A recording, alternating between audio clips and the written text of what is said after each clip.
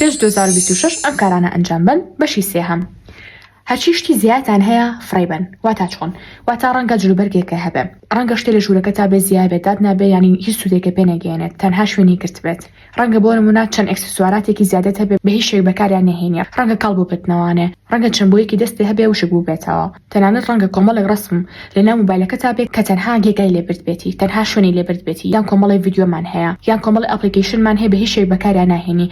ئەمانە زیان لە ژیانی تۆیە، ژیانە قەرەباڵغتر ئەکەن. ئەمەش واکە کە تەرکیزێک کەمتر بێتەوە بۆ جێبەجێکردنی شتە گرنگەکانی تری ژیانە. زۆر جار شتە ناگرنگەکان ئەوە زۆرن لە پێشچاومانە، خۆمانیان پێوە مەشغوڵەکەین.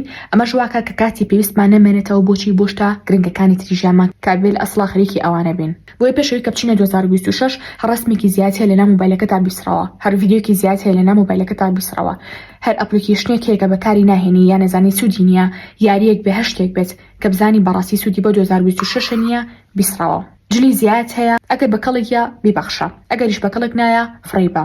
ئەکسسوارات و مەیک ئەپ و بۆیە و هەشتێکی ترێ هەبێت، ئیتر هەر بابەتێک بێ، ئەگەر بەکاری ناهێنی لای خۆت هەڵی مەگرە.